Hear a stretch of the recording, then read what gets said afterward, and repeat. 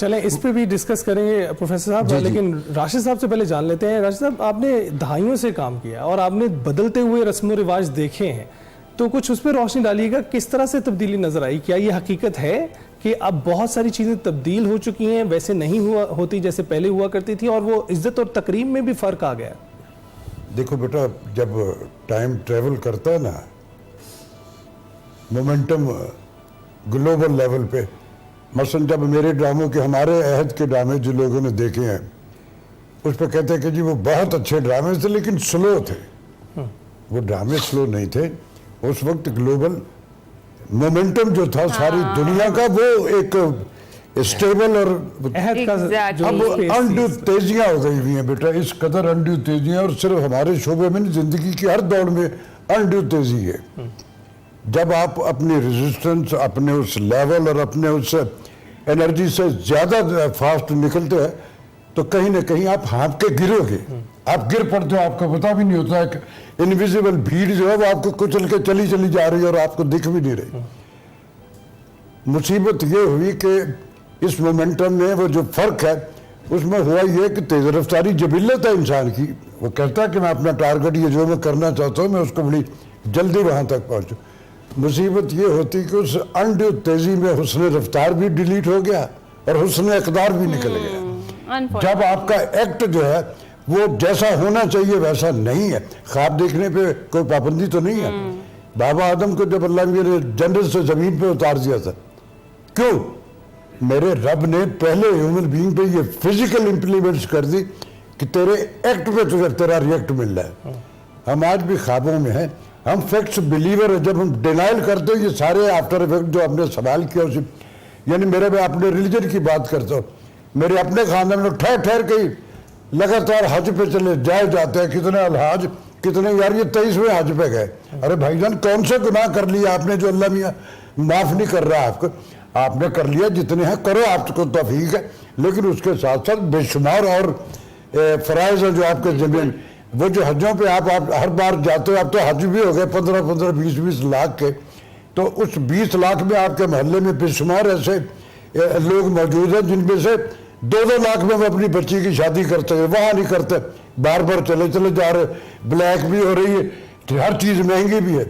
ہم فیکٹ سے ڈینائل کرتے ہیں، زبانی جمع کرتے مذاکروں پہ. جب تک ہماری فزیکل امپلیمنٹس عمل کی نہیں اور ہر فردن میں حیث القوم نہیں ہوں گی، ہم کچھ نہیں. ہمارا اسلام جو ہے مکمل دین ہے، اس کی انٹرپریٹیشن جو ہے مختلف طرح سے. آپ ارے نہیں یار، میں مسلمان ہوں، بڑی مزے کی بات کرتا ہوں، نماز کی بات کرتا ہوں. آپ ماشاءاللہ سارے پڑھے لکھے اور اسکالر لوگ بیٹھے.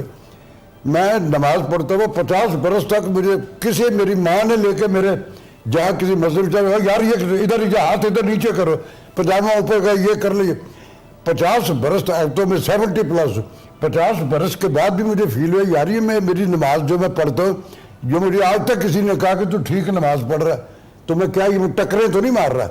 پھر میں نے کسی سے نہیں پوچھا، میں نے ایک دن اپنے گھر میں اپنے کمرے میں بیٹھ کے فیل کیا کیا میرے پاک پروردگار، یہ جو میں نمازیں، مجھے تو نہ میری ماں نے، نہ میرے ابا نے، نہ کسی میرے دوست نے، نہ میرے کسی جس مسجد میں پڑھنے جاتا ہوں، سارے کہیں نہ کہیں کچھ سکون مجھے دکھ رہا ہے. تو میں بتا تو صحیح مجھے، میں یہ کیا میری یہ جو میں پڑھ رہا ہوں میں ٹھیک پڑھ، یہ قبول بھی ہو رہی ہے، میں اسے ٹکرے مار رہا ہوں.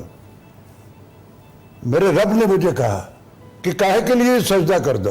میں کہا مالک تیری بڑائی کے لیے، تیرا حکم ہے، تیری اس کے لیے کرتا ہوں. تو اس نے کہا پھر جیسا تیرا دل کرتا ہے جہاں مرضی پڑھ نماز. میرے لیے پڑھتا نا مجھے وہ دن، آج کا دن میں ایسا ریلیکس ہوا مجھے. ارے نماز تو میں اس کے لیے، سجدہ تو میں اس کے لیے کر رہا ہوں. اس میں انڈیو فارمیلٹیز آپ ہوگی، کچھ ہیں چیزیں جن کو رکھنا چاہیے، لیکن اس میں انڈیو انٹرپریٹیشن ہے.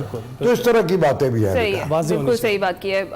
فاضل صاحب آپ بتائیے گا، جس طرح سے ابھی پروفیسر صاحب نے بھی بات کی کہ رسم و رواج تھے شروع سے چلتے آ رہے ہیں، اور ہر ایک رسم و رواج کو ختم نہیں کیا گیا اسلام کی جانب سے بھی، جو دور جاہلیت سے چلتے آ رہے تھے. ہاں تبدیلیاں ضرور کی گئیں ان کے اندر، اور ڈیفینیٹلی جہاں لوگ اکٹھے مل کر رہیں گے وہاں پر رسم و رواج تو ہوں گے، کوئی بھی معاشرہ ان کے بغیر چل نہیں سکتا. لیکن خاص طور پر آپ کیا کہیں گے، جس طرح آج ہم اس ٹاپک پر بات کر رہے ہیں، اور جو رسم و رواج ہم خود شامل کر رہے ہیں جو کہ ہمارے دین کے منافی ہے، وہ کتنے خطرناک ہے اور ان کا ختم ہو جانا فی الفور کتنا ضروری ہے؟ بسم اللہ الرحمن الرحیم. Very important conversation. اور جو آج آپ لوگوں نے انٹرو دیا ہے مجھے لگتا ہے آپ لوگوں نے بہت سوچ بچار کی ہے اس کے پیچھے ماشاءاللہ بہت ہی اچھے انداز کے اندر. اس میں کوئی شک نہیں ہے کہ ریچولز رسوم و رواج یہ معاشرے کا حسن بھی ہیں ایک لیول کے اوپر, اور جہاں پر لوگ اکٹھے ہوں گے رسوم پیدا ہوں گی. اور اسلام جو ہے یہ کہنا ہوگا Islam is not a dry religion. ایسا نہیں ہے کہ وہ آپ کے کلچرل ایکسپریشن کو روکے گا یا وہاں پر تہذیب اور ثقافت نہیں ہے. بعض لوگوں کو یہ غلط لگتا ہے کہ نعوذ باللہ جیسے ہی ہم اسلام کے دائرے میں آئیں گے تو ہمارے کلچرل کربز لگ جائیں گے. ایسا نہیں ہے. میں کوئک ایک دو اشارتاً ایک دو ایگزامپلز یہاں پہ آپ کے سامنے شیئر کرنا چاہتا ہوں. سرکار دو عالم علیہ الصلوۃ والسلام جب مدینہ میں انٹر ہو رہے تھے تو وہ بچیاں ویلکم کر رہی تھیں. وہ اس دور کا کلچرل ایکسپریشن تھا, سنگنگ کی ایک رسم تھی, وہ ایسے ویلکم کرتے تھے. اور اس وقت انہوں نے پروفٹ صلی اللہ علیہ وآلہ وسلم کو ویلکم کیا اور پروفٹ صلی اللہ علیہ وسلم نے ایکنالج کیا. مشہور حدیث ہے, سرکار دو عالم اشارہ کرتے ہوئے آگے جا رہا ہوں, سرکار دو عالم بی بی عائشہ صدیقہ رضی اللہ تعالی عنہ کے ساتھ موجود ہیں اور مدینے کے اندر وہاں پر افریقن ایک پورا گروپ آیا ہوا ہے. میں اپنے ورڈز میں آج کہوں تو ایک پورا ٹروپے آیا ہوا ہے جو کلچرل ڈانس کرتا ہے. اور نبی صلی اللہ علیہ وآلہ وسلم نے بی بی عائشہ صدیقہ سے کہا آپ دیکھنا چاہتی ہیں, تو پردے کے پیچھے سے ان کو دکھا رہے ہیں اور وہاں پر کلچرل ڈانس ہو رہا ہے. اور وہ کیا پڑھ رہے ہیں؟ محمد عبد الصالح, محمد عبد الصالح. وہ پروفٹ صلی اللہ علیہ وسلم کی نعت بھی بیان کر رہے ہیں اور اپنا کلچرل ایکسپریشن بھی وہاں پہ پریزنٹ کر رہے ہیں. مشہور حدیث پاک ہے, پروفٹ صلی اللہ علیہ وآلہ وسلم آرام فرما رہے ہیں, بی بی عائشہ صدیقہ موجود ہیں. حجرہ رسالت مآب میں مدینے کی بچیاں کچھ گیت گا رہی ہیں, نعت نہیں پڑھ رہی, گیت گا رہی ہیں. اور وہ گیت پتہ کون سے گا رہی تھی؟ پروفٹ صلی اللہ علیہ وآلہ وسلم کی آمد سے پہلے ان کی کچھ وارز ہوئی تھی, باس وارز, ان میں ان کو وکٹری ملی تھی. تو اپنی جیت کے وہ پرانے ترانے گا رہی تھی اور گا رہی تھی. آقا علیہ الصلوۃ والسلام آرام فرما رہے تھے. حضرت ابو بکر صدیق جب تشریف لائے تو ان کے علم میں نہیں تھا کہ آقا آلریڈی موجود ہے. تو انہوں نے عذرائے ادب بی بی عائشہ سے ریکویسٹ کی کہ یہ آقا کے حجرے کے اندر ایسے تو نہیں. تو سرکار دو عالم نے کہا, اپنے کملی کو جو ہے اپنے چہرے کا مینیفیسٹیشن فرمائی اور کہا کہ ابو بکر ان کو پڑھنے دو.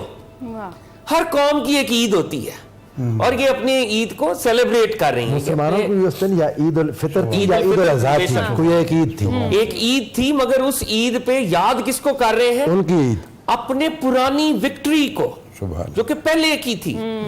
تو ہمارے دین کے اندر اتنی گنجائش ہے آپ کے کلچرل انسٹیٹیوشنز کی. It is not a dry religion at all. مسئلہ صرف یہ ہے میرے رسم خدا اور خدا کی مخلوق کے خلاف نہیں ہونے چاہیے. اگر خدا اور خدا کی مخلوق کے خلاف ہے تو یہ شیطنت ہے, یہ نفسانیت ہے. آپ دیکھیں گے جدھر جدھر دین نے قدغن لگائی ہے نا رسوم پر, وہ وہی رسوم تھی, وہ وہی ریچولز تھیں جو خدا کی مخلوق کے خلاف کہیں نہ کہیں برسر پیکار تھی. جہاں پر خدا کی مخلوق کو نقصان